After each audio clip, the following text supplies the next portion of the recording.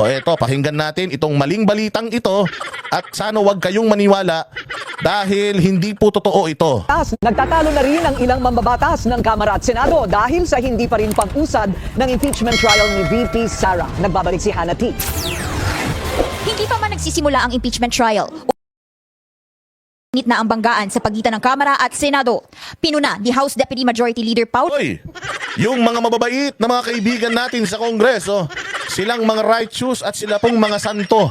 Ito pong mga ito ay bawal po ninyong kagagalitan, bawal po ninyong kinu-question.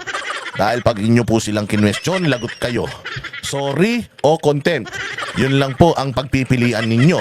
Kaya wag kayong magagalit sa kanila, mababait yang mga yan, mauhusay, magagalang, mahal ang bayang Pilipinas, talagang lahat ng kanilang mga very transparent etong mga ito ha.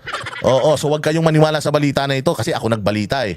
O pag iba nagbalita maniwala kayo pero pag ako wala akong kwentang tagapaghatid ng chismis. Ortega ang upper chamber dahil hindi pa raw tinatalakay ang articles of impeachment laban kay Vice President. Nakagagat sa lahat.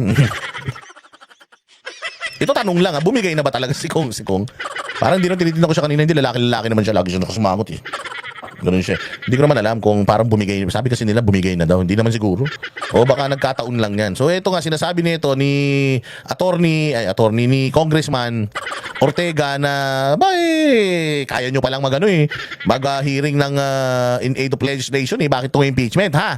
Hindi nyo kaya. O bakit ganoon? Bakit ganyan? Wala pala kayo eh. President Sara Duterte. Ani Ortega, kung may oras daw para mag-hearing ang Senado sa gitna ng break nito, dapat ganun din pagdating sa impeachment, sang-ayon sa konstitusyon. Yun naman pala eh. So bakit nga naman? Oo nga naman. Tama nga naman si Congressman. Kaya nyo naman na palang mag-hearing-hearing. Bakit hindi nyo pa simulan yung impeachment ha? Ano bang inaantay nyo? Ano pa bang inaano ninyo? Teka lang, ano ko lang ha. House Deputy Majority Leader Paulo Ortega, gusto ko lang pong malaman, ba't po kayo nagmamadali? Birthday nyo rin po ba? Lalambot ba yung Shanghai? Kayo po ba si Torre para kayo nagmamadali Tatanong lang tanong lang yun. O kasi si Torre, nagmamadali siyang maaresto si Pangulong Duterte. Ito naman si Ortega, gusto na ng impeachment kagad. Walang due naman nagmamadali kayo masyado hindi kayo makapaghintay. Bakit?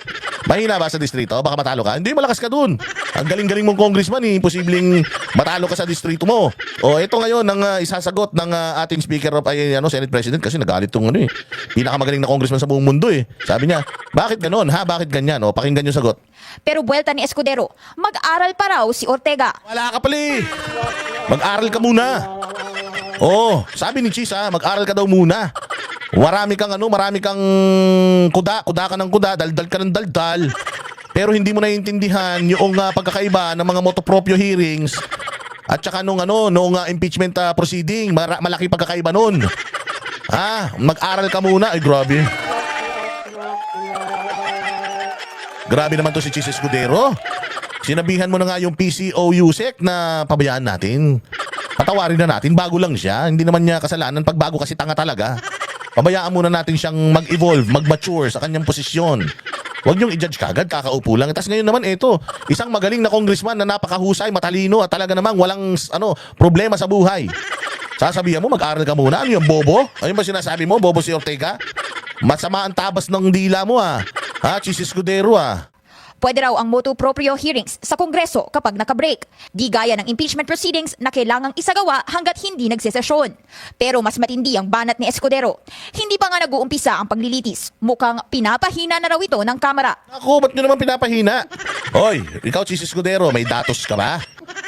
May datos ka? Meron ka bang under oath ba yan? Ano ba hiniring ba? Sinasabi mo ba yan? Resulta ba ng hearing ng yan?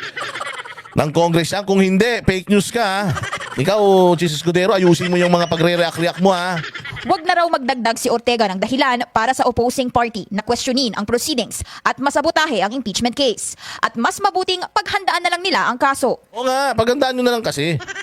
May mga nilalabas pa kayo mga bagong pangalan ngayon nasa Senado na Doon nyo na lang patunayan. Hindi yung puros kayo press con. Meron na naman bagong nakita na mga pangalan, na mga ganito, na mga ganyan. May nasa Senate na Doon nyo na lang sabihin, wag na kayong pamidya ng pamidya. Ba't kasi gusto nyo media? Gusto nyo, iuwi nyo na lahat. Iuwi nyo lahat ng mga mic ng mga media para kahit sa bahay kayo, nakapag-press con kayo. Pero ikaw, Cheese, sama-sama ang tabas ng dila mo Mabait yung mga taga-Congress. Hindi naman siguro ganun. Pero may mas matinding pasaring si Escudero. Sigurado raw ba ang kamarang nagkakaisa ang mga kongresista Ay, ang sakit mo naman magsalita. Parang sinabi mo kanya-kanya sila, labo-labo, ganon. Parang sinasabi mo, hindi sila organisado, kanya-kanya sila ng agenda. Ang sama ng ugali mo, cheese. Hindi tama yung tabas ng dila mo na sinasabihan mo yung mga magagaling na mga kongresista na kanya-kanya sila at kanya-kanya silang kaipalan. Hindi pa pwede yan, ha? Hindi pa pwede. Saan nag-aaral mga anak mo? Baka mamaya sa Switzerland nag-aaral yan, ha? Oo, walang masama magpaaral ng walang masama magpaaral ng anak sa ibang bansa. Lalo na kung ang sweldo mo mga 250,000 a month lang. Tapos yung pinag-aaral mo doon ng mga anak, ang lalaki ng gastos, milyon, buwan-buwan. Oo, ikaw talaga, ha? sa impeachment case na ito.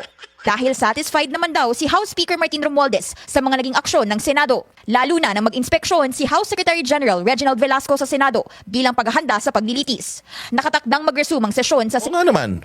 Okay naman Speaker, di naman nagmamadali si Speaker. Sabi naman ni Secretary General, ayos naman daw at binibigyan niya ng magandang comment itong Senate dahil ready na daw sila. O bakit biglang dito kay Paulo Ortega biglang parang ayaw niya? Gusto niya siya ang bida. Siya ang laging may news bites gano. Oy, hindi totoo 'yun ha. Hindi totoo 'yun. Sinabi ko lang 'yun pero fake news 'yun. Hindi totoo 'yun. Inaisip ko lang 'yun. Mali 'yun ha. Huwag kayong naniniwala sa mga sinasabi tsaka naiisip ko. Ako lang ang may gusto nito, kayo hindi ha. Nanood lang kayo, nakinig lang kayo, nag-like, nag-share lang kayo. Pero sa totoo lang, ayaw nyo naman talaga nung sinasabi ko at hindi nyo dapat pinaniniwalaan yan ha. O baka naman mamaya yan. Magkamali kayo. O